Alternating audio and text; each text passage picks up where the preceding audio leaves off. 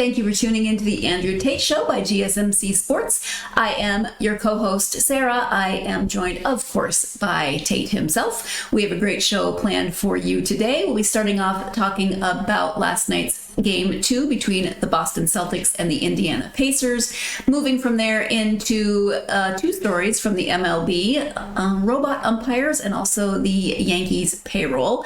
And then segment 3 will be covering Roger Goodell talking about the potential possibility for an 18-game season. Segment 4, moving away from sports, a viral Amazon video that you're not going to want to miss. And you're also going to want to stick around for segment 5, because we have not one, but 2 Florida man stories to talk about today. As we get started, I want to, as always, ask you to like and subscribe to the show. That really does help. Also, if you would like to leave a comment or a question, you may do so by going to GSMCPodcast.net. We do get a lot of questions and comments during the show, and if you want us to see your question and comment and respond to it, going to GSMCPodcast.net and leaving a tip or a donation will put that question and comment right at the top of our list, ensuring that we see it so we can talk about it. Again, the link is GSMCPodcast.net. And now I am going to just turn that off and say good morning, Tate. Hello, Miss Sarah. Sarah, you're starting to get in the roll of things a little bit here. I know we've had some technical difficulties your first week here. You're sweet to say we. Adjusting to the changes, using a different system. And so, but you're starting to flow. You're getting to that, to your sweet spot. You're almost there. I appreciate that. How is your day going so far? My day is awesome. We've been having some technical difficulties moving to where our new studio area. And so adjusting to that, we've had a few, speed bumps, let's just say. Yeah. But other than that, no, I'm good. Good. So, excellent. I cut my thumb this morning. That was my thumb. So that was me showing you my delightful Band-Aid that is on my finger today. I'm a klutz. I don't know if you knew that. Okay. Yeah, I know these things, but they don't know these things. I am a klutz. So now you know. Shall we move into our first topic of the day? Let's do it. All right. Let me just quickly get everything set up, and then I will say that the Boston Celtics have taken a commanding 2-0 lead in the Eastern Conference Finals after a resounding 126-110 victory over the Indiana Pacers in that Game 2, led by Jaylen Brown's impressive 40-point performance and a strong second-half showing from Jason Tatum. The Celtics now have a clear advantage in the series. However, the Pacers face significant challenges, particularly with all-star point guard Tyrese Haliburton sidelined due to a hamstring injury. Haliburton's absence looms large for the Pacers, who now head back to Indiana, trailing 2-0 in the series. His injury adds to the uphill battle for Indiana, who must regroup and find ways to compete without their playmaking guard. Meanwhile, the Celtics continue to showcase their offensive firepower, with Brown's standout performance highlighting their dominance in Game 2. Key takeaways from the game include Brown's stellar showing, the impact of Haliburton's injury on the Pacers' prospects, and the Celtics' offensive efficiency in the second half. As the series shifts to Indianapolis for Games 3 and 4, both teams face pivotal moments in their quest for a spot in the NBA Finals. Now, Tate, as we get into this is what you were talking about when we covered Game 1, a little worried about Indiana losing Game 2. So first, you're going to give me your thoughts, but I also want to know, how significant do you think Haliburton's injury is for the Pacers? Honestly, this is a big injury. I mean, this is major because the Celtics were already up against it not the Celtics, the Pacers were up against it anyway. You can't go up against a team that's better defensively, a better shooting team, a better offense. They're just a better team all the way around. And then you're going to lose one of your main stars, one of your main cogs in the wheel that makes you guys go. this is a big loss. I mean, this is a big loss. And I don't know if they're going to be able to come back from that. Yeah. And you go back and you look at this and you think about game one and how they had game one in the palm of their hand and they let it go. That game one is more important now than ever, because not seeing these things you don't see in the future, that Tyrese Haliburton could be out. Not only could be out, but could be out a few games. Taking game one allows them the room to go back to Indiana, and even if they slip up and they lose a game in Indiana, then they have that opportunity to, kind of bounce back. But now with them slipping up in game one where they should have won, they're down 2-0. They go into game three, they drop game three. Now you're worried about a sweep and Haliburton maybe never getting in this game. I mean, getting back in the series whatsoever. And then let's talk about the game.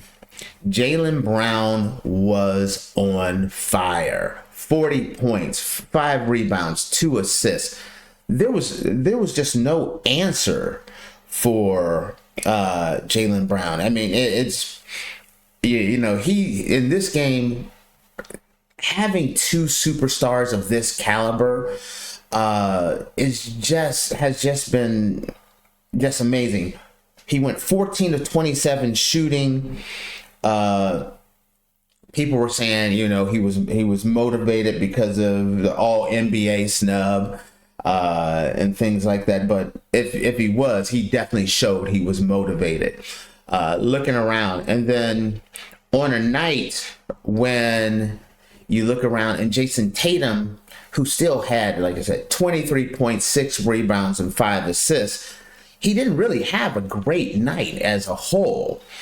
I think I kind of felt like he kind of struggled offensively. It's kind of hard to say some struggle when they have 23 points, but he didn't. His impact wasn't as it normally is. But having Brown take up that slack and the two of them working together just made them absolutely yesterday just unstoppable. And I love this slide here because it's just talking about the keys to the game. And you can't have a situation where you have Jason Brown go for 40 and then absolutely dominate on the offensive side, and then Indiana was not able to handle, pretty much shutting down Indiana in many ways, as far as affecting them on how the offensive rebounds and things for Indiana during the game. It became a major issue. Their defensive strategy, the Celtics defensive strategy, I thought played a pivotal role offensively. It was a perfect game for the Celtics, and a very rough game for Indiana, who was having problems rebounding, losing maybe the most important player on their team, him and Siakam. I don't know what you can do, especially when you're starting to look around and you're saying you're not getting. Unless a miracle happens, the way everything sounds, you're not getting Tyrese Haliburton back for game 3, and it is a strong possibility you may not have him back for game 4. I'm not a doctor. I haven't seen him. But when I start looking at the situation and I start seeing that it is now a situation where after game 1, you're thinking like, man, this could be a great series, especially if they would have taken that game 1. But even losing that game 1, Indiana has proven to be a much tougher team on the road. I mean, not on the road, but at home. So really wanted to see what they could do against the Celtics when they're at home. But now with Tyrese Haliburton out, I don't like the chances. So nobody wants, you mentioned this, you don't know what the motivation was behind those 40 points, but and nobody wants to be snubbed, but whatever it was, it seemed to work. So, going forward, if you can do another 40-point game, how important do you think Brown's, obviously it was important to this game, but do you think they need to continue that level of playing? No, I see, honestly, the Celtics are the better team on both sides of the ball. Indiana needs to get lucky.